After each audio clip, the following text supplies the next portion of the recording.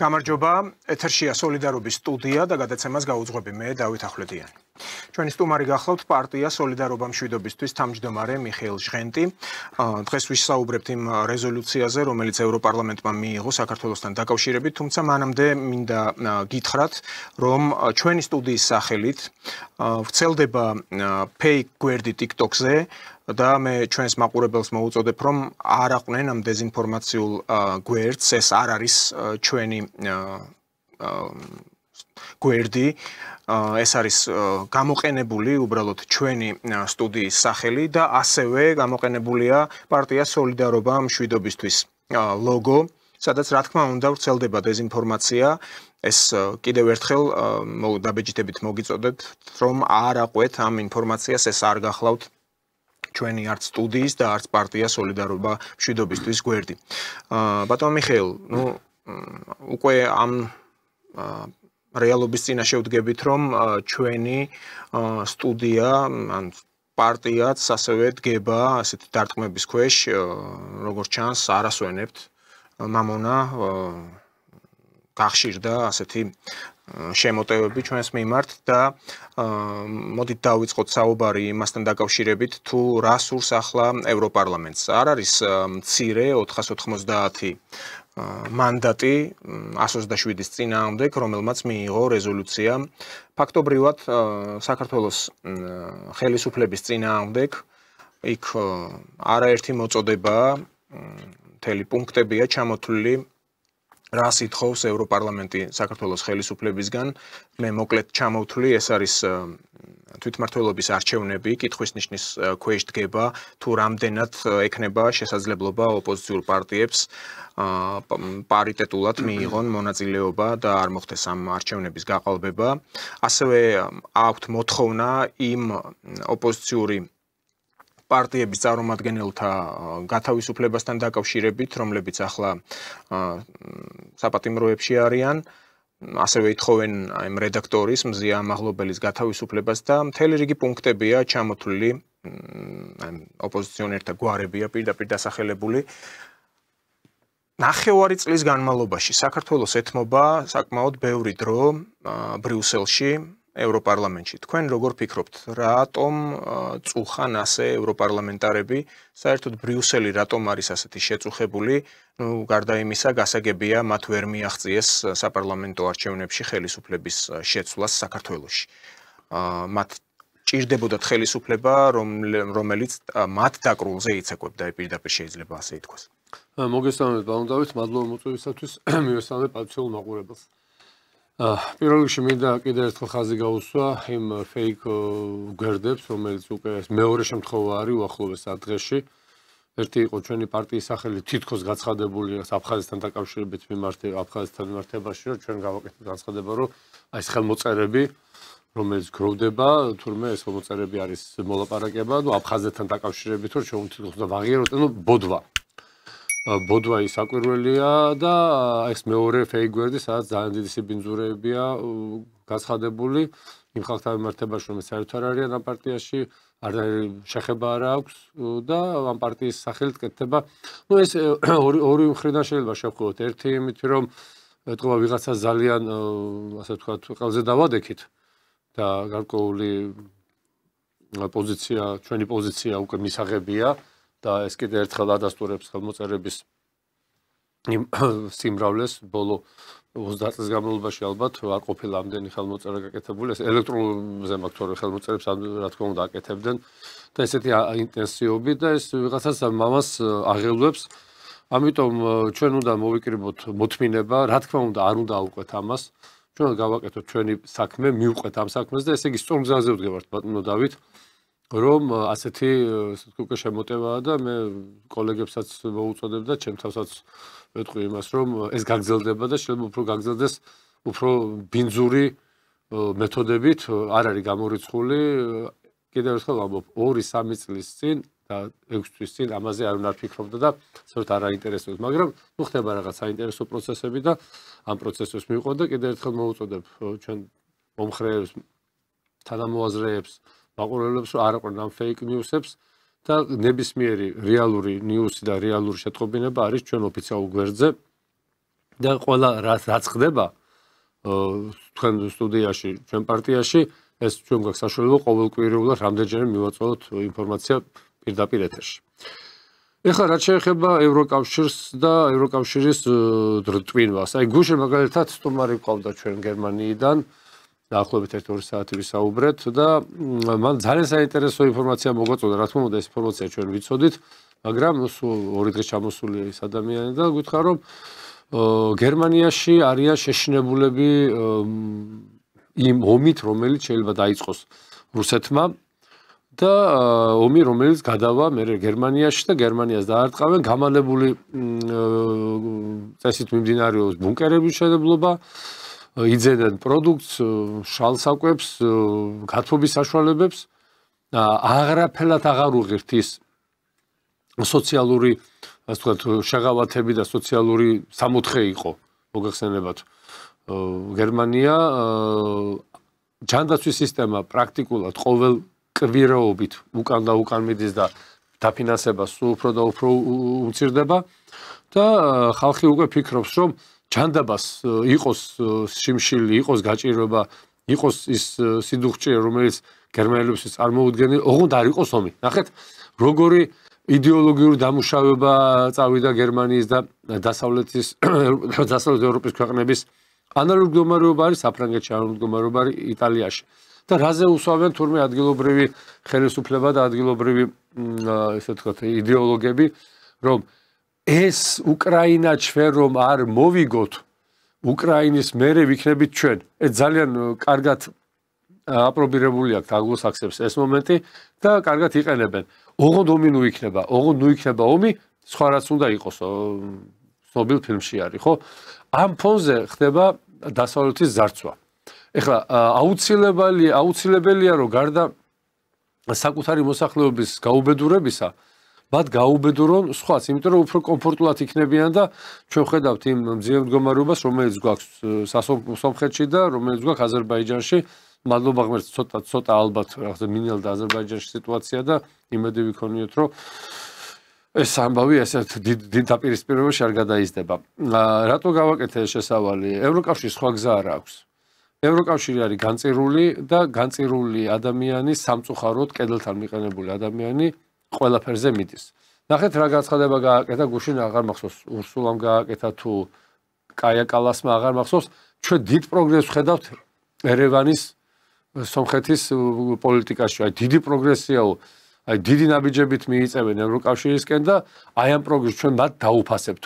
აი ზუსტად ანალოგიური ისმოდა ომამდე. ხო, რა თქმა უნდა, ჩვენ დიდი პროგრესი ვქონდა, იმიტომ რომ სამწუხაროდ და საუბედუროდ პირველ რიგში სომეხი ხალხის და მე ჩვენ აღა რეგიონში ვარ და კარის მეზობლები და ასე ვთქვათ უახლოესიერები ვართ, ჩვენც არის ეს კატასტროფის სტოლფასი, როდესაც თუ რამეს გიწონებს შენ დასავლეთი, მით უმეტეს დასავლელი ჩინოვნიკი, ესე იგი იმ ქვეყნის საქმე მთლად კარგად არ არის. ის უკვე გაყავთ რაღაცა იმ საფინიშო სწორზე, სადაც შეიძლება მოხდეს ძალიან დიდი უბედურება მისთვის. ნუ ჩვენ გვაქვს 2008 წლამდე გაგვიყვანეს ომზე და მივიღეთ ის რაც მივიღეთ. შემდეგ კიდე გვაქვს უბრალოდ მე ჩვენი მოსახლეობამ გააკეთა დასკვნები და სააკაშვილს არ ეყო ის 4 წელი იმისთვის რომ ამოექოქა ბოდიში ამ გამოთქმაზე ვითარება და დაეწყო ახალი პროვოკაცია. თუმცა რო დარჩენილიყო სააკაშვილი, მე დარწმუნებული ვარ 2014-ში, 2015-ში, 16-ში ზუსტად იგივე სცენარს გაათამაშებდა, რა სცენარის გათამაშდა ოდესაში, როდესაც ხალხი ცოცხლად დაწვეს და მოხდა ის ტრაგედია, რაც მოხდა. ამიტომ ევროპას გაჩერების უფლება არ აქვს, ევროპა ვერ გაჩერდება, მისი გაჩერება ნიშნავს მის განადგურებას. ამ წუთში მე აქამდე ვამბობდი, რომ ევროკავშირი მეთქი, მაგრამ ახლა უკვე გამოვყოფ ქვეყნებსაც. ნებისმიერი ქვეყანა, რომელიც ევროპის ეკონომიკის ასე ვთქვათ ფლაგმანია და ლოკომოტივია, ნებისმიერ ქვეყანა ჩამოიშლება 26 წელს, მათ ექნება სრული კოლაფსი და ისინი გაივლიან ზუსტად იმ გზას, რა გზაც ჩვენ გაგვატარეს 90-იანებში. იმიტომ კი რომ მე ესე მინდა და შურიზიება მინდა. უბრალოდ რასაც სხვას უზავ, რასაც სხვას დამართებ, ის აუცილებლად იმას დაემართება, ვინც ამის ავტორია და ვინც არის წამომწყებია და მე შორს არ არის ის დღეები, როდესაც ამერიკის შეერთებულ შტატებში დაახლოებით ანალოგიურ სურათს ვნახავთ, ისინი უფრო ადვილად გამოვლენ, მაგრამ 30-იანი წლების კრიზისი შეიძლება მოსაგონი გაუხდეს ამერიკას. პრინციპში აქვე შეგვიძლია დავამატოთ, რომ უკვე დაიწყო კრიზისი შტატებში, პოლიტიკურ კრიზისს გულისხმობ, ტრამპი ვერ აბამს თავს იმ დანაპირებს, რომელსაც ეწოდებოდა უკრაინაში ომის დასრულება ჯერ 24 საათში, მერე 100 დღეში. ახლა თუ გავიხსენებთ ბოლო მოლაპარაკებებს, იგივე სატელეფონო საუბრებს პუტინთან, ის ჯერ ამბობდა, რომ უკმაყოფილია მასთან საუბრით, ბოლო ლაპარაკში თქვა, რომ ის ძალიან უკმაყოფილოა. მეტიც უკვე გაჟონა ინფორმაციამ, როდესაც ის თურმე დამუქრებია ჯერ პუტინს, რომ მოსკოვსაც დაუბომბავო და ასევე საუბრის დროს დამუქრებია ჩინეთის ლიდერს სი ძინპინს, რომ პეკინსაც დაუბომბავო. ნუ გამოხმაურება იყო უკვე კრემლიდან, რომ ექსცენტრიული პიროვნებაა ტრამპიო, ეს მედვედევმა მაგალითად ზედმეტსახელი შეარქვა ამერიკელი, ამერიკანეც, ნუ ისე ჟღერს რუსულად და ეს მას ჭირდებაო თვითრეკლამისთვისო შიდა ელექტორალური გულის მოსაგებად, ასეთი, ნუ ერთი სიტყვით ბაკიბუქობსო. ხო და არც თუ ისე მარტივადაა საქმე, ახლა შტატებს თვითონ ტრამპის ადმინისტრაციას ჭირდება, რადგან განაცხადა, რომ ამ deep state-თან იბრძვის და საბოლოო ჯამში თუ ვერაფერს ვერ უხერხებს ამ deep states, ეს რეგიონებზეც გავრცელდება ეს ყველაფერი. ჩვენ ვიხილეთ შედეგი ამისა, რომ რუსეთმა გაუშვა უკრაინის მიმართულებით რეკორდული რაოდენობის დრონები, 800-მდე დრონი, ასევე ეს კინჟალები, კიბერაბგერითი იარაღი, რამდენიმე ისკანდერი და თავად ზელენსკიც აღიარებს, რომ ეს გუშინდელი იერიში რუსეთის მხრიდან იყო ყველაზე დიდი რაც ომი დაიწყო და მიმდინარეობს 3 წლის განმავლობაში. ჩვენ ევროპარლამენტს რომ მიუბრუნდეთ, ბატონო მიხეილ, როგორ ფიქრობთ ახლა ნახევარი წელი, რომ პერმანენტულად ყველა ბრუნვაში ცდილობენ გათათხონ საქართველოს ხელისუფლება და სულში ჩააფურთხონ 1,200,000 ქართველ ამომრჩეველს. სულ ყოველთვის მათ რაღაც არ მოწონთ. ეს გასაგებია, მათ სურდათ ხელისუფლების შეცვლა საქართველოში. არ გამოუვიდათ. ხალხმა გააკეთა სხვა არჩევანი. მაგრამ რის მიღწევას ცდილობენ? ის თქვენ რასაც ბრძანებთ, რომ ევროკავშირის პრობლემები შეექმნება. ესეც სახეზეა. როგორც ტრამპმა მათ უთხრა ყველა ამ ევროკავშირის წევრ ქვეყნებს, რომ უნდა გაზარდოთ შეიარაღებისთვის რესურსები, 5%-მდე კონტრიბუცია უნდა დაიწყოთ, ახლა ცდილობენ ბულგარეთიც კი შეათრიონ ევროზონაში. 2026 წლის 1 იანვრიდან ევროზონაში შედის ბულგარეთი და იქ იყო დიდი აქციები. ანუ ბულგარელები მშვენივრად ხვდებიან, რომ მათი რესურსი, მათი ჯიბიდან უნდა ამოიღონ ეს თანხები, რათა შეავსონ აი ამ ევროკავშირის ქვეყანათა კონტრიბუცია, ან დიდი ფინანსური სახსრები უნდა გაიღონ ნატოსთვის და კვლავ რუსეთთან დაპირისპირებისთვის. თქვენ როგორ ფიქრობთ, აი რუსეთსაც არაერთხელ უთქვამს, იგივე პუტინს, სხვა რუსეთის ხელისუფლების ლიდერებს, რომ მათ რაც შეიძლება მალე სურთ, რომ დაასრულონ უკრაინაში მიმდინარე ომი. მაგრამ დასავლეთი უკან არიხევს, ამარაგებს იარაღით. ახლა საუბარი მიდის ასევე იმაზე, რომ გერმანიამ შეიძლება გადასცეს ეს ტაურუსები და უკვე რუსეთის საგარეო საქმეთა სამინისტრო აკეთებს განცხადებებს ზახაროვას პირით, რომ მერცი უნდა დაფიქრდეს, გადადგამს თუ არა ასეთ ნაბიჯს ეს გერმანიისთვის შეიძლება ცუდად დასრულდეს. ანუ თქვენ როგორ ფიქრობთ, ახლა ის საუბრობდით იმაზე, რომ სტუმარი ყავდა გერმანიიდან. ამ გერმანელების შიში და შეშფოთება გასაგებია, მაგრამ თქვენ როგორ გონიათ, რუსეთი არ მოიმოქმედებს, არ განახორციელებს თუნდაც გერმანიაზე რაიმე სახის ასეთ შეტევას? რამდენიმე კითხვა დასვით და შევეცდები, რომ თვითონ შემახსენოთ. მოდი დავიწყებ იქიდან, რომ რამდენი ევროკავშირი, ევროპარლამენტის წევრი აქტიურობს. აი ჩვენ ეს 7 თვე გვესმის ერთ და იგივე დაახლოებით 5, 6, 7, 8 გვარი, მეტი ესეც ბევრია, რომელიც პერმანენტულად უკვე მეშვიდე მისვლა არის, ასე ვთქვათ რა. ამ თემას მეშვიდეჯერ უბრუნდებიან და მაინც ვერ მიდიან იქამდე, რაც მათი სანუკვარი ოცნებაა, რომ ესე ვთქვათ, მოსახლეობის შემოიღონ ვიზა ლიბერალიზაციას გადახედონ და დააწესონ შეზღუდვები. ამას ვერ ბედავენ. დანარჩენი ახლა ვერბალურად აკეთებენ ამ განცხადებებს, თავის ამომრჩევლებს ეუბნებიან, რომ ჩვენ აგერ უკრაინას უდგავართ გვერდში და არა მარტო უკრაინას და აგერ საქართველოს, რომელიც უნდა უკრაინის უმცროსი ძმა გამختارიყო, ამასაც ვაკეთებთ. რომელ 1.200.000 ამომრჩეველზე საუბრობთ ბატონო დავით? 1.200.000 რო იყოს ამომრჩეველი ქართული ოცნების, ევროკავშირს ზუსტად იგივე კოლონიური დამოკიდებულება და განწყობა ექნება, როგორც აქამდე ქონდა. ამიტომ მათთვის არ მნიშვნელობა აქვს, რამდენმა ადამიანმა აირჩია ესა თუ ეს ხელისუფალი. მათთვის არის თავიანთი ეგოისტური სურვილები, რომლის დაუკმაყოფილი შემთხვევაში ისინი აღმოჩნდებიან ძალიან ცუდ მდგომარეობაში. ამას კარგად ხვდებიან. ეხლა მეორე საკითხი ამერიკის შეერთებული შტატების და Deep State-ის ურთიერთობა. თქვენ როგორ ფიქრობთ, ამერიკის შეერთებული შტატების დღევანდელი პრეზიდენტი Deep State-ის გარეშე გახდა პრეზიდენტი? მე ძალიან შორსა ვარ ამაზისგან. რამე თუ კიდევ ერთხელ გავიმეორებ, ყველა ის ძალა, რომელიც 2020 წელს Deep State-დან აღმოცენებული, ეს იყო მასმედია, ეს იყო სოციალური ქსელები, ეს იყო სხვა საშუალებები დაუპირისპირდა ამერიკის შეერთებული შტატების მომქმედ პრეზიდენტს, პატივცემულ ტრამპს, 4 წლის შემდეგ ზუსტად იგივე ხალხი, ზუსტად იგივე ორგანიზაციები, იგივე კორპორაციები დაუდგნენ მას გვერდში. ანუ Deep State-ი არსად არ წასულა. Deep State-ი ამერიკაში, ეხლა ის როგორ არიცით, კარგი რუსეთი და ცუდი რუსეთი. რუსეთი არის ერთი.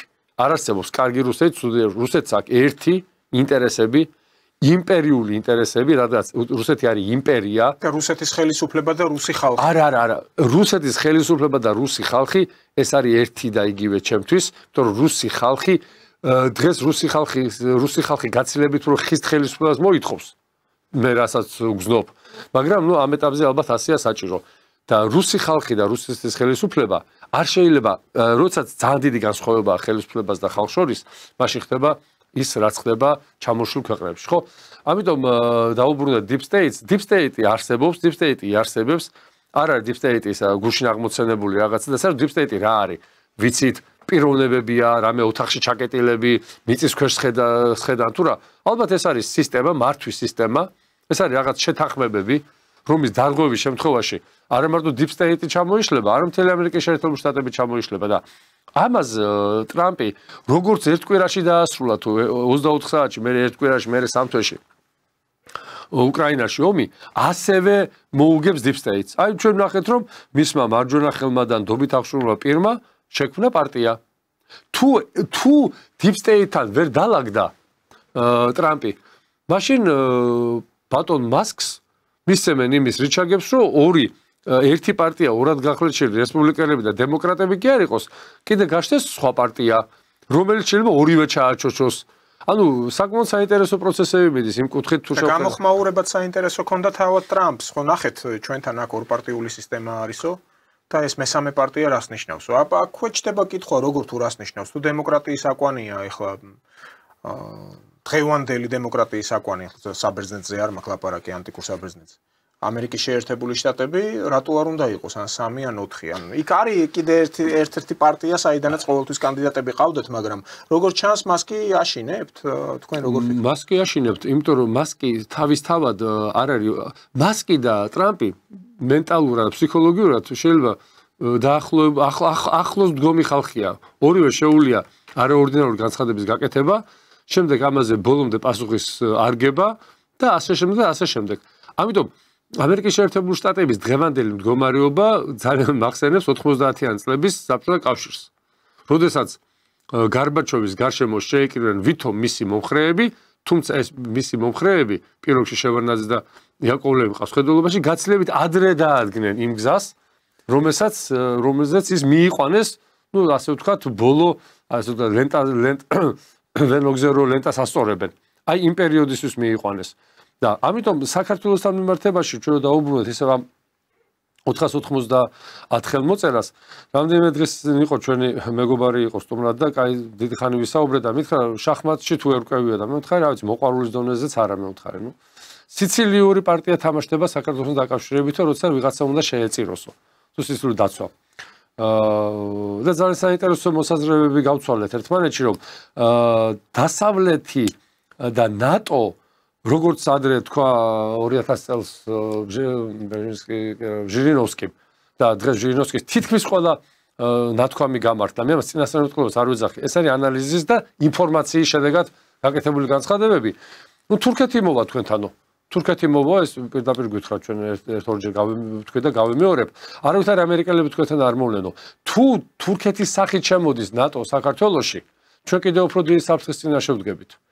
ნატო როგორც ასეთი პრაქტიკულად შეიძლება დაიშალოს, აღარ იყოს, მაგრამ იყოს სხვა მდგომარეობით. ჯერ შემოვლენ ნატოს ეგიდით ასკერებით, ნატო თუ თქვენ რასაც ამბობთ, ოდესმე თუ გაუქმდა ან დაიშალა, ეს ასკერები მე უკვე ფორმატ შეიცვლიან და დარჩებიან.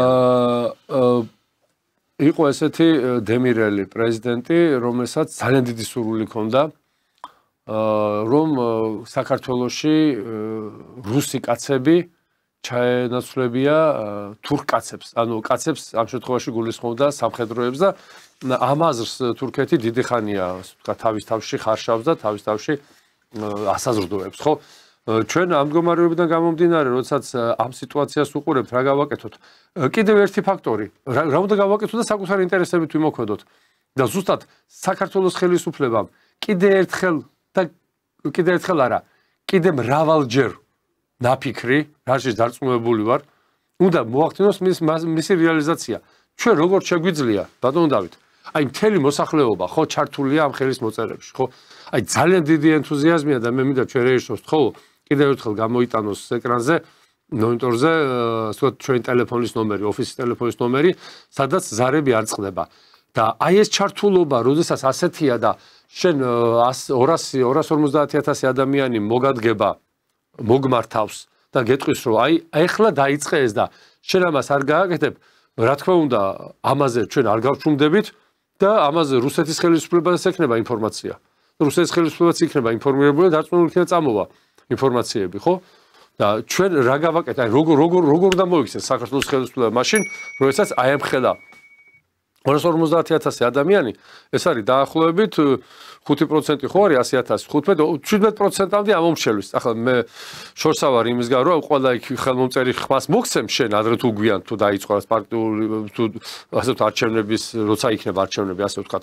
მაგრამ ეს არის საკმაოდ დიდი ძალა. ეს არის ზრდასრული ადამიანების ის ნაწილი, რომელსაც შეუძლია თავის პოლიტიკური ნება გამოხატოს და ესე იგი მოსახლეობის დიდი ნაწილი მზად არის იმისთვის, რომ საქართველოს ხელისუფლებამ დაიწყოს პირდაპირი დიალოგი და მე გავიმეორებ ყოველგვარი წინაპირობების გარეშე. წინაპირობები არის დიალოგის ჩაგდების, ჩავარდნის წინაპირობა კი არა. გარდაუვალი პირობა. მე მახსოვს 90-იანებში შევარდნაძემ პირობების წამოყენება რო დაუწყო, როდესაც ჩვენ აფხაზეთის გადარჩენა შეგვეძლო, აი პირობები რო არ წამოგვეყენებია და ის მოხდარიყო, რაც ერთი კვირით ადრე უნდა მოხდარიყო აფხაზეთის გადავარჩენით, რკინიგზას გადავარჩენით, მაგრამ წინაპირობები წაუყენა გრაჩოვს. და რუსეთის პრეზიდენტს. აი წინაპირობები როგორც კი წაუყენა, იმ წუთში ტელეფონის ყურმილი დაუგდეს და მე რო შევეხვეწე, დააბრუნე ის ხალხიო, თქვა დამთავრებულია და ორ დღეს სოხუმი დაეცა. ანუ არ ვარ გავაჭრობა, როცა შენ სავაჭრო არ გაქვს, მithume სამ მდგომარეობაში. და ბერკეტები არა. არ გვაქვს ბერკეტები, ჩვენ უნდა პირდაპირ, აი უპირობოთ, უნდა ჩაფრინდეთ დაждდეს ალაპარაკოთ. გამოვა იმ წუთში შეიძლება არ გამოვიდეს. მეორე რაუნდი 64 თუ 78 რაუნდია ჟენევის მოლაპარაკების. და რა დავძარით? მინუსებში გადავდივართ, ხო? რა დავძარით? ან ერგრეთი უფრო ქმედითია რაღაცა. დრო ჩვენზე არ მუშაობს. ხო, დრო არ მუშაობს, მაგრამ და სხვათა შორის ბატონ მიხეილ, მიაქციეთ ყურადღება ზუსტად ანალოგიური გამოხმაურება ჰქონდათ რუსებს უკრეპთან მიმართებით. ანუ უკრეფს უთხრეს, აი დღევანდელი ინფორმაციაა, რომ სანამ პირდაპირ არ დაიწყებთ ჩვენთან საუბარს, ახლა ელოდებიან მათ წინადადებას, როდის შეიძლება ჩაინიშნოს მორიგი შეხვედრა. მაგრამ ჩვენ წინ მივიწევთო, დღესაც რამდენიმე სოფელი აიღეს და დაბა. სანამ არ შეეგუებით და შეეპუებით იმ ვითარებას, ანუ რეალიებს, შექმნილ რეალობას, მანამდე ჩვენ მივიწევთ წინ, ანუ ჩვენ დასაკარგი არაფერი არ გვაქვს. რუსები ამბობენ. და ნუ ეს ზელენსკი ნუ გასაგებია, ახლა მას ყავს თავის პატრონები იქ ამერიკის შეერთებულ შტატებში და დასავლეთში და შესაბამისად ყველაფერს აკეთებს, რომ რაც უფრო გაიწელება ეს კონფლიქტი, რაც უფრო მეტი უკრაინელი დაიხოცება და ნუ იქ ეს დასავლეთსაც აქვს თავის პროპაგანდა, ხშირად მიუთითებენ რამდენი რუსი სამხედრო მოსამსახურე ამოწყდა ამ ომში. მაგრამ ეს არ მუშაობს, მათ უბრალოდ არიციან, მენტალობა არიციან, რუსეთის მენტალობა და საქართველოსთან პარალელი რატომ მოვიყვანე, ანუ ჩვენ ახლა ვართ დაახლოებით ისეთ ვითარებაში, აი ცნობილი სურათია ტილოა უпростоრად ვასნეცოვის. ვიწეს ნარასპუძი, აი კაცი დგას, შუბი ჩაწეული, უყურებს ქვას, იქ ყვავიზის, თავის ქალა არის და წერია მარჯვნივ პირდაპირ წახვალ მოკვდები, ну იქ არის კიდე ინტერპრეტაცია მარჯვნივ წახვალ დაოჯახდები, მარცხნივ წახვალ გამდიდრდები, მაგრამ ჩვენთან უფრო რთულადაა საქმე. თქვენ რაც თქვით, რომ რუსეთთან უპირობოდ უნდა დავიწყოთ საუბარი. ლოგიკა იმაში მდგომარეობს, რომ ჩვენ არ გვაქვს საკმარისი ბერკეტი, ხო, ხშირად საუბრობენ, რომ აი აფხაზეთის კონფლიქტი, ოსეთის ჯერ დაგვიბრუნონ, ხელი შეგვიწყონ, დაიწყო ლაპარაკი, ხო, აი ხო და სწორედ მანდ მივდივარ. აფხაზეთი კი არ დავიწყოთ. მოლაპარაკების დაწყების აი ამ თემიდან დაწყება დავიწყოთ ამ ეტაპზე. ეს სწორედ მანდ მივდივარ და რის თქმა მინდა, თუ ახლა ის კონფიგურაცია, რომელიც იკვეთება გეოპოლიტიკურ ჭრილში, აი აქვე ვიტყვი მაყურებელმაც რო იცოდეს, უკვე პაშინიანი გაემგზავრა აბუ-დაბიში, ემირატებში და ხვალ უნდა გაიმართოს შეხვედრა აზერბაიჯანის პრეზიდენტ ალიევთან. პირდაპირ თქვათ, ეს ნუ აბუ-დაბი გასაგებია რომ ემირატებია, მაგრამ ეს არის ამერიკული მოედანი.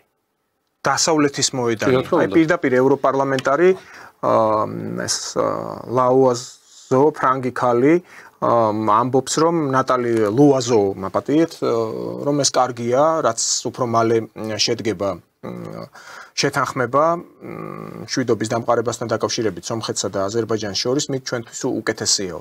და აქ რა იკვეთება, რომ რეგიონში აზერბაიჯანი და სომხეთი, რა თქმა უნდა, თურქეთთან ერთად კრავენ წრეც ისევ და ისევ რუსეთის ინტერესების წინააღმდეგ. ჩვენ ვართ საზღვარზე, როგორც ამ სამ ქვეყანასთან, ასევე რუსეთთან. ჩვენც არ ვართ მარტივ მდგომარეობაში. და ძირითადი პრინციპი ამათი მორიგების რა არის? ისევ და ისევ დერეფნები. ანუ იქ ლაპარაკია ამ ზანგეზურის დერეფნის გახსნაზე. ზანგეზურის დერეფანი თუ გაიხსნა, საქართველო კარგავს თავის ტრანზიტულ ფუნქციას. კარგავს იმ დივიდენდებს, რომელიც აქ ტრანზიტით გნებავთ აზერბაიჯანული, გნებავთ სომხური ტვირთების ჩრდილოეთში ატანით და გნებავთ თურქეთთან მიმართებით. თურქეთს აქვს თავისი ასე ვთქვათ ნომგებიანი პოზიცია, ვიცით რომ ყარსის ხელშეკრულებით არ იხდის საბაჟო გადასახადს ბათუმის პორტის სარგებლობისთვის. არის ოფიციალურად უსაფრთხოების გარანტია აჭარის ავტონომიის. და აქ ჩვენ უახლოვდებით იმ ვითარებას, როდესაც მართლა არა გვაქვს თუ კი დაიწყო ეს დიალოგი რუსეთთან, რაიმე წინაპირობების წამოყენების საშუალებით. მოვდავით, წინაპირობების თემა უნდა დავივიწყოთ. ეს აპრიორში წამგებიანია და კიდევ ერთხელ გავიმეორებ. არც რუსეთი არის, ასე ვთქვათ, იმ მდგომარეობაში, რომ იქ არ იყვნენ ჩვენი მოწინააღმდეგები და იქ ჯერ კიდევ ლიბერალური ძალები არ იყოს ესე წარმოდგენილი, რომ მათ სიტყვა არ ეთქვა.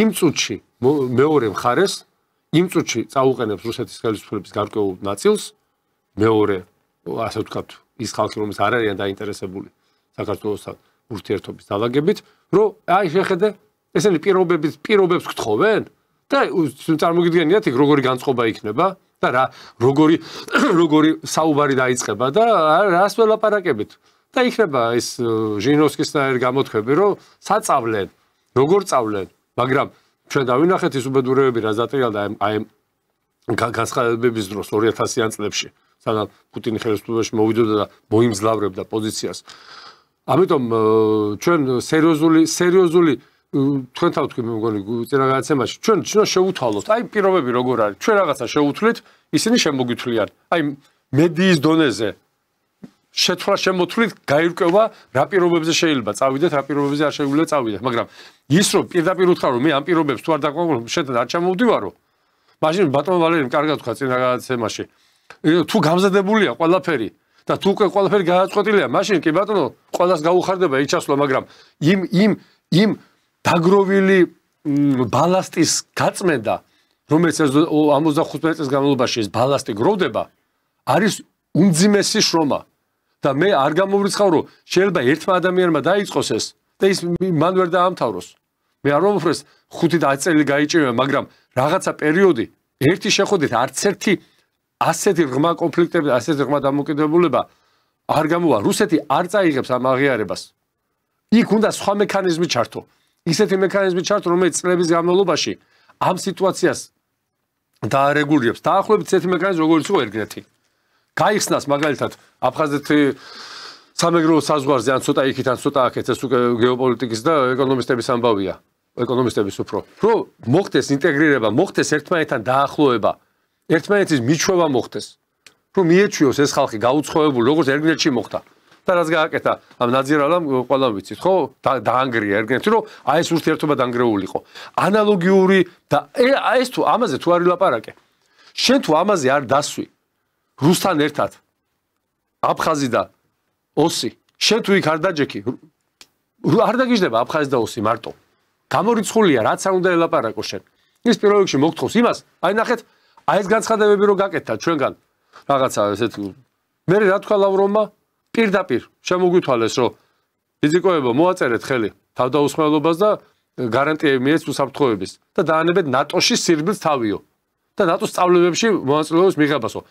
რამდენჯერ უნდა გაიმეორო ერთ და იგივე. ჩვენ არა გაბუტული ბავშვებით, ჯერ დამიბრუნე აფხაზეთი, დამიბრუნე ისეთ რა შესაქმე კამათი მქონდა ამ დღეებში, აი დიპორტირებასო ვერ აღადგენსო.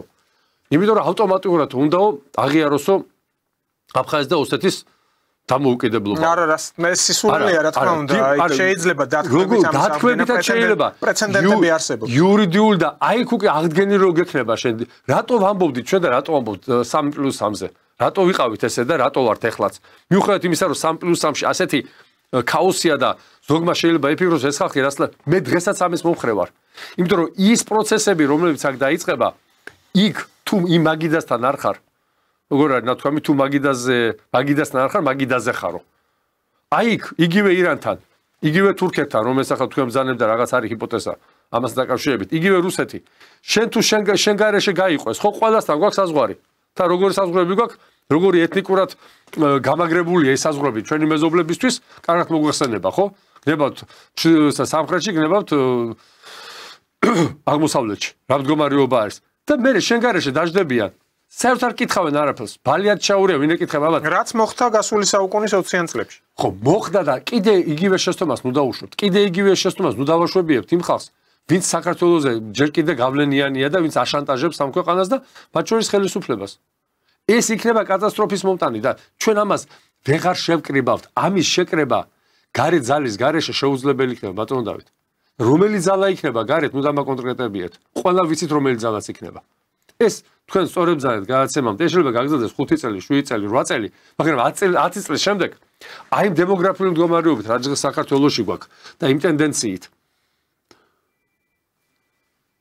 ამ რამდენიმე დღის წინ აქ შენობაში ერთ-ერთმა ძალიან ჭკვიანმა ბიჭმა კაცმა მითხრა აი ამდენი ხანი აქ დადიხართო მე ვთქვი დიდი ხანია ფეხბზიმე ხალი რამდენი ფეხბზიმე ხალი დაგინახავს ახლა ფეხბზიმე ხალი მართლა პირველი მეორე მესამე მეოთხე მეხუთე თვეზე ხო არ ჯდება სახში დაახლოებით შეიძლება ერთი ბოლო ერთ თვე იყოს ანუ მე თბილისში ფეხბზიმე ხალები და მე დავფიქრდი აი ძალიან ბევრ სამინისტროებში უწყებებში ორგანიზაციებში დავდივარ საჯარო სივრცეში მე ფეხბზიმე ხალი აი რო ახლა დავფიქრდი ერთ-ორჯერ წაომიტივ და ესეც ტაძარში ვნახე ერთი კვირის წინ. ანუ რისი თქვა მინდა? გოგოებს აღარ უნდათ გათხოვება, ბიჭებს სწოლის მოყვანა არ უნდათ, ზოგს ფული არ აქვს, ზოგს უბრალოდ ფიზიკურად არ შეუულია, იმდენად გამოითაყვანეს თავი ამ უბედურებით და 10 წლის შემდეგ თქვენ რაც საუბედუროდ მართალი ხართ. შეიძლება საუბედუროდ მართალი იყო. რუსეთმა რაღაც ეტაპზე თქვას რომ იცი რა, რაღაცა არ გინდა ძმებო, დარჩით ისე 600.000-მდე. ისე 600.000-მდე მიდით და მე რომ მოხვალთ პაპლასტუნსკი, როგორც გეორგი მე-12 მიწერა, მუდარის და ვედრების წერილი. აი მაგ წერილს რომ მომწერ, მე კიდევ ვიფიქრებ. ოღონდ ისე ჩქარა არა, როგორც ორი კვირით ადრე გადმოატანია 2 ზარბაზანი და 3 ოფიცერი. აქამდე ნუ მივიყავთ რომ საქართველოში 1.5 მილიონი ადამიანი დარჩეს. ეს აი თქვენ რასაც ახლა ბრძანებთ რუსეთს აქვს ამის ისტორიული გამოცდილება და მეხსიერება. იმათ კი აქვს მეხსიერება ჩვენ ღმე ამოგვაცალა. კი, ანუ ეს ის გახსოვთ ჩვენ ადრე ერთ-ერთ გადაცემაში ვისაუბრეთ კიდეც ის ბოდენის დოკუმენტზე, როდესაც კონფედერაციულ მოწყობაზე იყო აქ საუბარი საქართველოში. და ამერიკელებმა სააკაშვილის ხელისუფლებას უარი ათქმევინეს ამ ინიციატივაზე. ხო, ვინ და გერმანელებმა მშვენივრად და ყველაზე კარგად იცოდნენ ამ კონფედერაციული მოწყობის სიკეთეები. რუსეთსაც რო გაუსვათ ხაზი, ანუ ჩვენ საქართველოს რა ვითარებაც ქონდა იგივე ევროპულ რუკებში პირდაპირ არის აღნიშნული, რომ აღმოსავლეთ საქართველო პირდაპირ იყო პერსიის ნაწილი, ანუ სპარსეთის ნაწილი. როგორც თქვა, დასავლეთ საქართველო თურქეთის ნაწილი. და ამ პრინციპით გამოახერხა რუსეთმა ამ საქართველოს რეგიონების კუთხეების გაერთიანება. და რა მნიშვნელობა თუ კი ისევ პაზლივით აწყობას გიპირებს? რუსი? ხო, აი თქვენ რასაც ბრძანებთ, სუფთა ფურცლიდან დავიწყოთ საუბარი, დავჯდებით ქართველები, აფხაზები, ოსები, დავიწყებთ საუბარს და ისევ მოურიგდებით და ისევ ერთად ვიქნებით.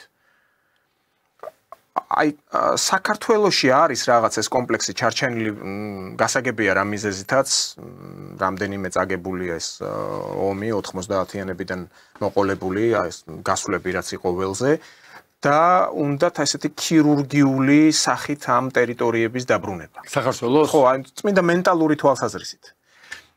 ისევე როგორც მაგალითად აზერბაიჯანმა დაიბრუნა ყარაბაღი. აზერბაიჯანმა რა ნაბიჯები გადადგა? როგორ მოამზადა ეს თემა? რამდენი წელი დაჭირდა?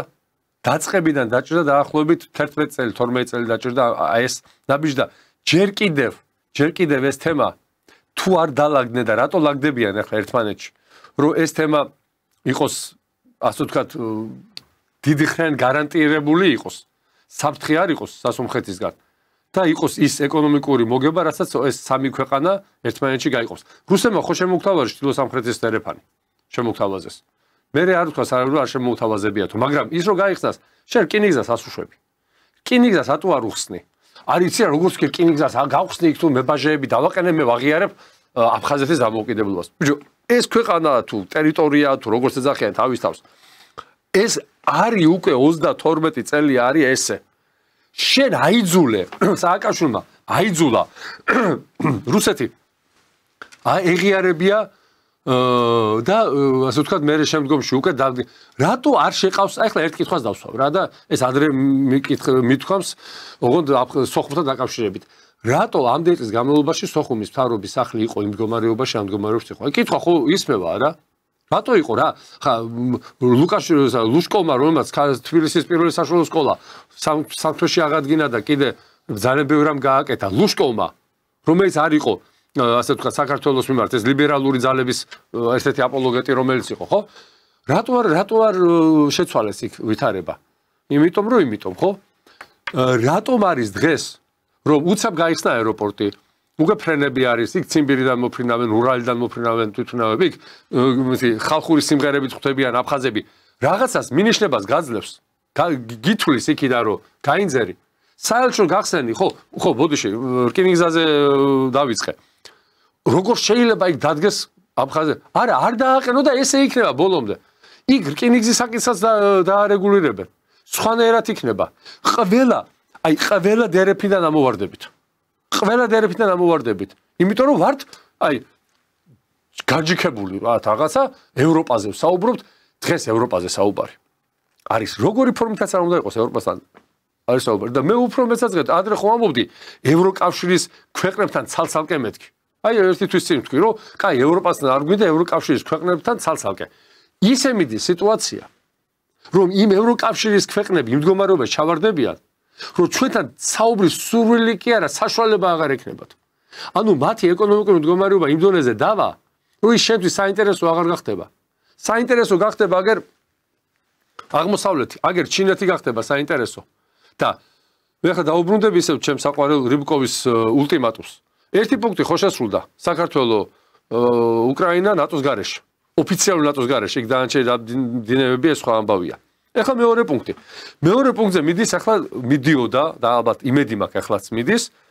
ვაჭრობა ამერიკის შეერთებული შტატები თავის ნებით გაიტანს იმ იარაღს რომელიც აღმოსავლეთ ევროპაშია თუ რუსეთი მოახდენს იქ პატარა ომს იმიტომ რომ იძულებული გახდება.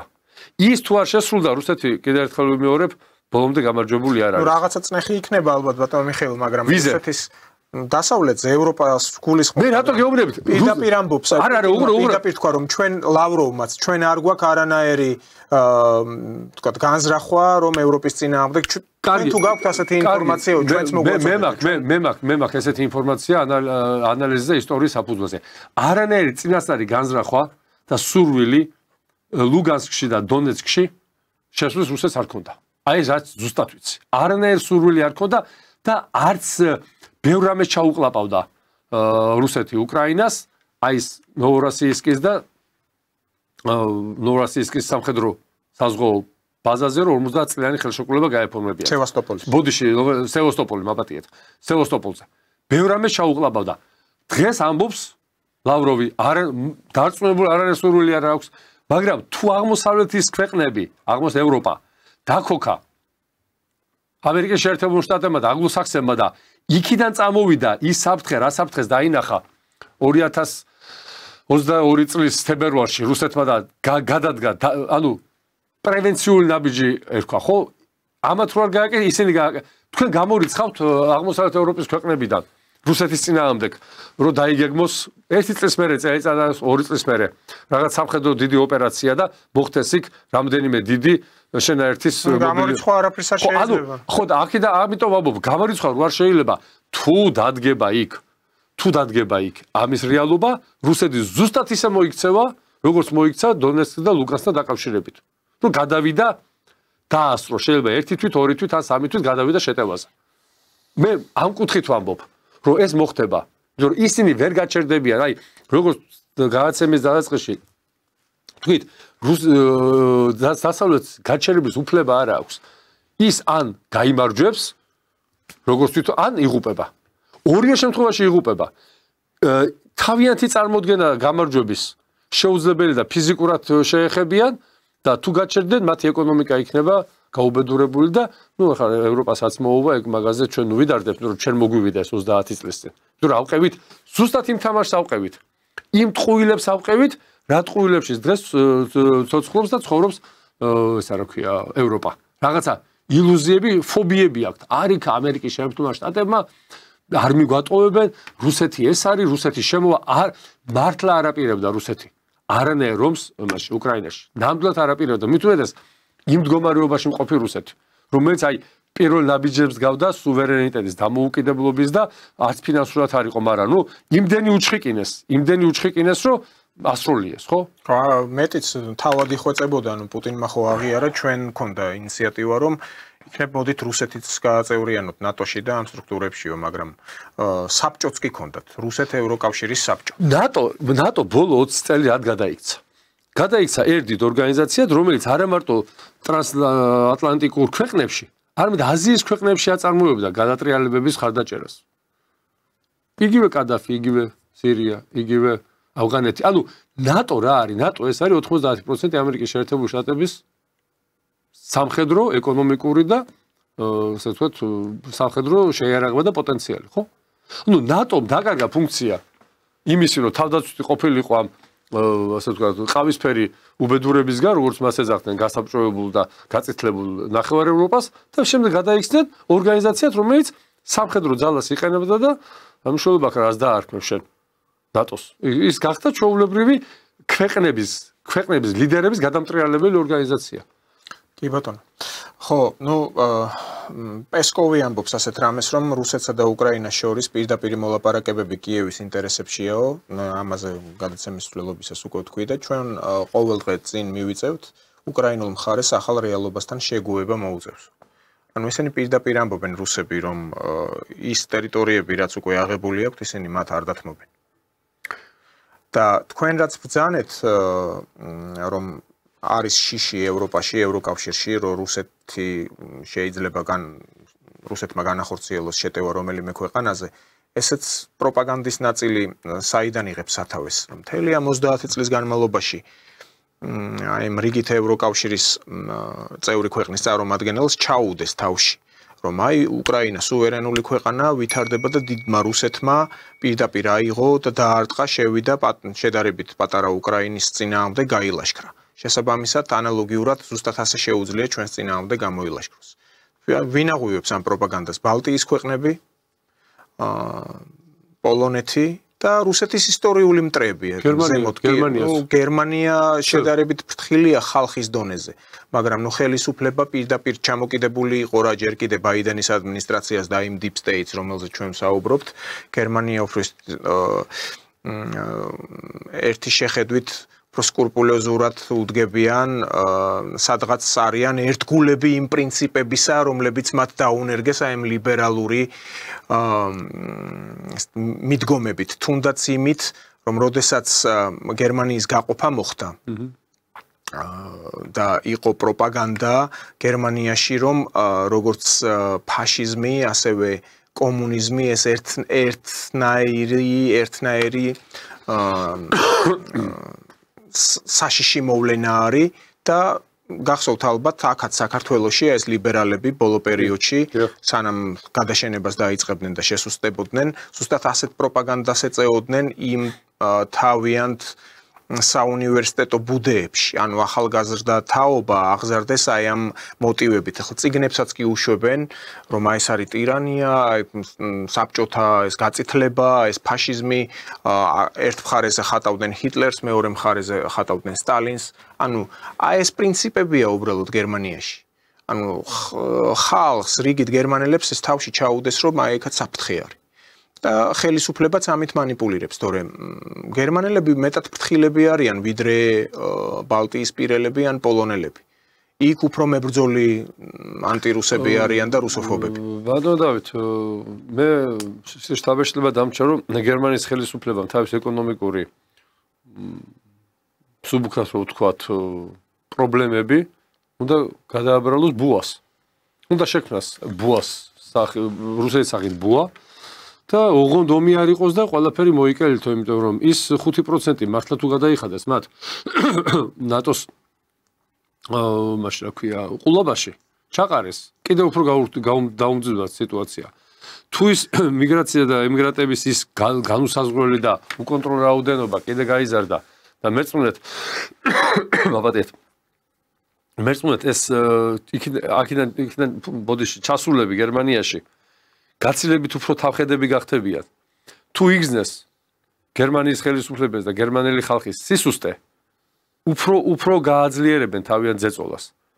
და რამდენიმე ფონი შეიქმნება ფსიქოემოციური, ეკონომიკური და ადამიანური შიშები, რომლის გადალახვაც კარგად ცხოვრები ადამიანი ძალიან მოწყვლადია. ან კაი ცხოვრება შეჩეული ადამიანი უფრო მოწყვლადია. მახსოვს 90-იანების ბოლოს ჩვენი ახლობელი ამბობდა, რომ შეერუკლებიო რა, 3-4000 მე ფულს ვერ შოულობო და 3-4000 მაშინ იყო სერიოზული ფული და შეერუკლებიო. ანუ მისთვის 40-50000 იყო შემოსავალი და კაცი სერიოზულად ნერვიულობდა. და შენ რო გერმანელს ეუბნები შენ დღეს რომ ჩაის ვერ დალევ 9 საათს და 22 წუთზე კი არა, შეიძლება 9 საათს და 52 წუთზეც ვერ დალიო და 11 საათამდე ვერ დალიო, თუ გაზი არ იყოს, ეს მის ქვეცნობიერში ძალიან ცუდად ილექება. მე დაიწყება კონფლიქტები, ეთნო კონფლიქტები დაიწყება, ეს გარდაუვალია გერმანიაში. ადრე თუ გია ამოუვა გერმანელებს ხელში. წამოვა ისევ ფაშიზმი, არა ლიბერალური, არამედ რეალური ფაშიზმი. რომ გერმანიის, მაგრამ იმ მდგომარეობაში არ აღმოჩნდეს გერმანია, რომ სხვები უფრო მეტნი იყვნენ იქ. და სხვებმა დაასწრონ აი ეს ანკლავების გაერთიანება და ეგ ავტონომიების გამოცხადება და ასე შემდეგ. ამიტომ რატომ ამბობ მე ამას? ყველა ქვეყანა უნდა ჩაიკეტოს თავის ნაჭუჭში და უნდა იცხოვროს და იკმაროს ის, რაც აქვს. ევროპას არასოდეს არ ქონდა იმდენი, რამდენსაც იპარავდა. ანუ 90% ევროპის სილამაზე და რასაც ჩვენ მოვწონდა დიდათ არა ვარ მოხიბლული, არანაირი სურვილი არასოდეს არ მქონია ევროპაში ან ცხოვრების, ან ჩასვლის. არანაირი. ამერიკის შეერთებულ შტატებში ერთი იტალიაში მინდა ჩავიდე დავათვალიერო ჩემი ისტორიულ სამშობლოს, სადაც ხუმრობით ჩემი წინაპრები იყვნენ. დანარჩენი ევროპით არანაირი გაგონება არ მინდა. არც მაგათი ვიზა მინდა და არც მაგათთან სიარული. იმიტომ რომ არ არის ეს ის ქვეყანა სადაც ჩვენ ამას წამოიღებ გარდა მატერიალურისა. როდესაც დასავლეთ ევროპის ქვეყნებში, დასავლეთ ევროპის ქვეყნებში ეკლესიები საჯინიბოებად, მათ რა თქვა, გადაქცეულიათ კაფეებად, რესტორნებად და რაღაცა უბედურებებს აკეთებენ და უკრაინამ გადმოიღო ტიტველი ქალები და კაცები დარბიან მართლმადიდებლურ ტაძრებში. ამის მერე ამ ქვეყანასთან ურთიერთობა მე არ მინდა. ვისაც გნებავთ, იმდენი მაინც გააკეთეთ, რომ საქართველოს ხელისუფლებას მიეცეს საშუალება შეგინარჩუნოთ იქ ჩასვლის საშუალება. აი უყურე რას აკეთებენ ესენი. იმ ტოტს რომელზეც ხედავთ და ის ტოტი რომელსაც უნდა ჩავიდე, აი ანკესი გადაგდებული უჭირავს ხელისუფლებას, იმ ანკეს არ თმევენ. ამათ გონიათ რომ ის ანკესი რომ წაერთვება, ახლა გამოვარდება მილიონობით ქართველი და ჩამოაგდებს არ მაგ პრობლემა არ დადგება საქართველოს. მან შეცდნენ. არა, ხო, არის თქვათ აგზალეს, სიტყვაზე აგზალეს, ხო? რა პროცენტი გამოვარდება ახლა ქუჩაში და შევარდება პარლამენტში. ძალიან მცირე მერწმუნდეთ რა. ადამიანი ყველაფერს ეგუება. აი ყოჩახ დასავლეთით კაირამეს გვიკეთებს. აი ამ ნელ-ნელა, აი ამ შხამის შემოშვებით აჩვევს ჩვენ მოსახლეობას იმ ნაწილს, რომელსაც ევროპაში 6 თვეში ერთხელ მაინც უნდა ჩასვლა. მაგრამ ბატონო მიხეილ ნახეთი. ყავის დალევა იმაში რა ქვია, პარიზში და არა ჩელიაბინსკში ეს ბატრაკოცუნები რო არიან ეს ტუტუსკალები კაროჩე რა. პარიზის მობებია თქვენ და ბაბუა თქვენები პარიზში ყავისმამ და ემა რა კოქტეილმა დააღჭო. შვენიერი ქვეყანა მქონდა ძალიან მშვიდად ვიყავით და ამიტომ ნუ გეშინია. ნუ კი არსებობს ეს ქართული სნობიზმის ელემენტები ახლა რო უხარია. დაუნთავრებ რა ამ თემას და გამორიცხულია არ აგზალავენ, იმიტომ რომ მათ ინტერესებში არ იქნება და შეიძლება შეგვეხოცონ. რო ჩამოდი და იყავითო ბოდიშგირთი რო შეგაწყვეტია. კი ბატონო და ეხლა ამ ევროპარლამენტარებისგან უკვე ისეთი მკაცრი ტონი მოდის შედარებით წინა განცხადებებიდან პირდაპირ ითხოვენ სავიზო რეჟიმის გაუქმებას საქართველოსთან. ანუ ამით ახლა ცდილობენ რომ თვითონ ხალხი აამხედრონ ხელისუფლების წინააღმდეგ, ანუ ქართველი ხალხი. ეძებენ მექანიზმს რა იქნება უფრო ქმედითი ამ ქართული ოცნების წინააღმდეგ. აქაც დიდი ალბათობით ფიასკოს განიცდიან ისინი. ქართველი ადამიანი არც ისეთი სულელია, რომ ასეთი იაფასიან განცხადებებზე ავარდეს. აი ასეთი გადაწყვეტილებაც კი რო იქნას მიღებული იქ ბრიუსელში. მოვდავთ, ესეთ გადაწყვეტილება რო იქნას მიღებული, ეს უნდა ყოფილიყო მიღებული 1 წლის წინ, რომელსაც ექნებოდა ძალიან სერიოზული ეფექტი. ანუ მოულოდნელობის ეფექტი, ჩავარდებოდა ხალხი პანიკაში. და ამ მაშინ შეიძლებოდა ამას ქონოდა ეფექტი. დღეს ხვალ ზეგ მაზეგ ამას ეფექტი აღარ ექნება. ნახეთ როგორ ჟონგლიორობენ. ანუ დროში, როდესაც ერთხელ წამოწიეს ეს საკითხი, არაო, არ შეიძლება ამის გაკეთება. მოდით მარტო დიპლომატიური პასპორტების ფლობელებს გაუქმოთო. ესე პირდაპირ ამ პასპორტებით შესვლის უფლება ევროპაშიო და ქართველი ხალხიო, რას ლაპარაკობთო, ეს პირიქით საჭიროა. ჩვენ მას ვეყრდნობით და ის ჩვენ გვეყრდნობაო. მაშინ რატო წვალობენ? ხო და ახლა უკვე უნდათ რომ შეცვალონ ეს ნარატივი და პირდაპირ ეს ქირურგიული მექანიზმი ჩართონ. რომ თავიანთი მოკლე ჭკუით, აი მღორჯოთევზების ტვინს ვეძახი ამას, ერთ და იგივე ანკესზე რომ მიდის წარამარა. ანუ მცდარი შეხედულებებია მათი. აკლიათ ესეთი რაფინირებული ტვინის პატრონები არ არიან მაინც ევროპელები. აი ეს გაზულუქება არის სწორედ ეს კომფორტში ცხოვრება, ამის ერთ-ერთი მიზეზი, რომ გამჭრიახობა აკლიათ. და ასე უტიფრად ახლა უნდათ რომ შეცვალონ ეს გზავნილი. ანუ ამბობენ რომ ახლა პირდაპირ მოსახლეობისთვის გავაუქმოთ ეს სავიზო რეჟიმი, შეუქმნათ პრობლემები ემიგრაციას, ვერ ჩავლენ ქართველი ქალები იქ სამუშაოდ, ვერ ჩავლენ ქართველი კაცები იქ ფიზიკურ სამუშაოზე და ეს შექმნის უამრავ პრობლემას, ვეღარ მოახდენენ თანხის გადმორიცხვას, SWIFT-იც გაუჩეროთო, აი ეს მოწოდებაც არის. გადარიცხვები გავყინოთო, რომ მაქსიმალურად შეუქმნათ პრობლემა საქართველოს ხელისუფლებას. ნუ ახლა მაგას თუ იზავენ, მინდა გარანტირებულად გითხრათ, რომ საქართველოში დასავლეთ ევროპის და დასავლეთის და ძალიან ბევრი ქვეყნის საელჩოები ვეღარ დარჩება. თუ წასვლა უნდათ, შვიდათ აიბარგონ. თორე ისე მოხდება, როგორც ერთხელ მოხდა. და ისე გაყრიან ქართველები.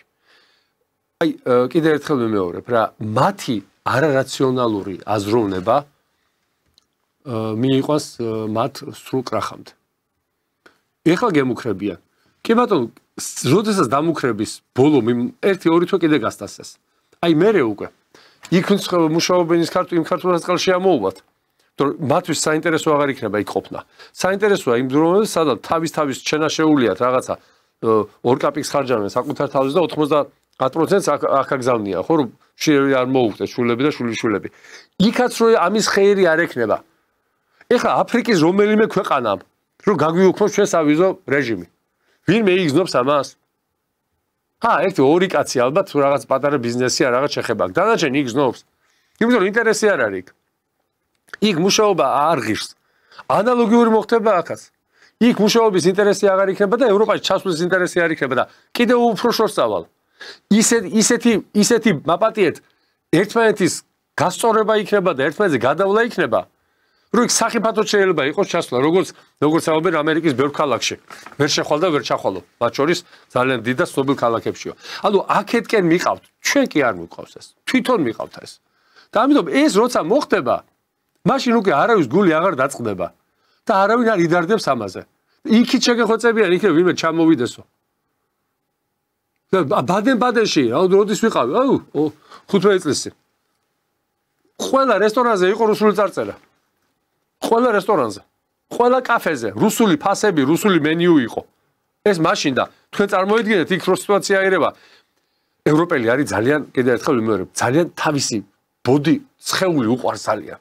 იმ სხეულს როგორც იმას უვლის რა. და როგორც კი ამის ხიფათი შეექმნებათ, ისინი ჩავარდებიან ისტერიკაში. ჩვენ ჯერ კიდევ ვერ წარმოვიდგენთ რა მდგომარეობაში აღმოჩნდება ევროპა. სამწუხაროდ იმას, რასაც მე ვამბობ, იმიტომ კი არა სხვაზე თქვენ და ისაა, უბრალოდ რაღაცა მეტი გამოცდილება მაქვს და მეტი მიფიქრებ, რომ მე სხვა საქმე არ მიკეთებია ცხოვრებაში. რასაც ვამბობ, ის 1 თუ 2 წლის შემდეგ ხდება. და მეუბნებია, მაშვებია, ქართულად არ ვიცი როგორ არის, ნიკარკა არის. ნუ დავჩავიღარ. კი, დავჩავიღარ, გეუბნებით, ესე მოხდება. თუ რომ კაცი რო კიდევ ერთხელ ვიმეორებ, კაცი რო დღეში 3 ლიტრ არ ახსვავს, მასო ცეროს დაემართება, ამას არ უნდა დიდი ვანგაობა რა. ესე იქნება. და კაცი რომ 22 სართულიდან გადმოხდება პარაშუტის გარეშე, ის რომ დაიღუპებ ამას, რამე წინასწარმეტყველება უნდა? ჩვენ რომ გადმოვეშვით 25 წლის წინ და რა ეხლა კიდე რომ მივდივართ და მადლობა ღმერთს, ეთქობა ძალიან დიდი სიმაღლეა და თქვენ შეიძლება ვიღაცა ბატუტი. აი ბატუტი გვა გასაკეთებელი. ბატუტი უნდა დავიფინოთ, რომ დავარდეთ ამ ბატუტზე და მე ისე ბერბოკის არ იყოს ავხტეთ. კი ბატონო. ავიც დანარჩენი და კიდე ერთი თემა. რატო არიან ესე გამწარებულები რუსეთზე და ჩინეთზე? გლობალური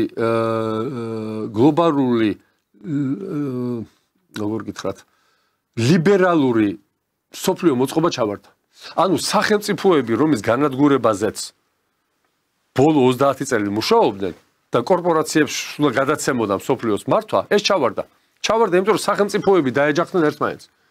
აქ არ აქვს მნიშვნელობა ჭკვიანი კაცს საუბრობდა და მეც ჩავერთე. არ აქვს მნიშვნელობაო. ვისი დანიშნულია? ბერბოკი თუ სხვა ლიდერი.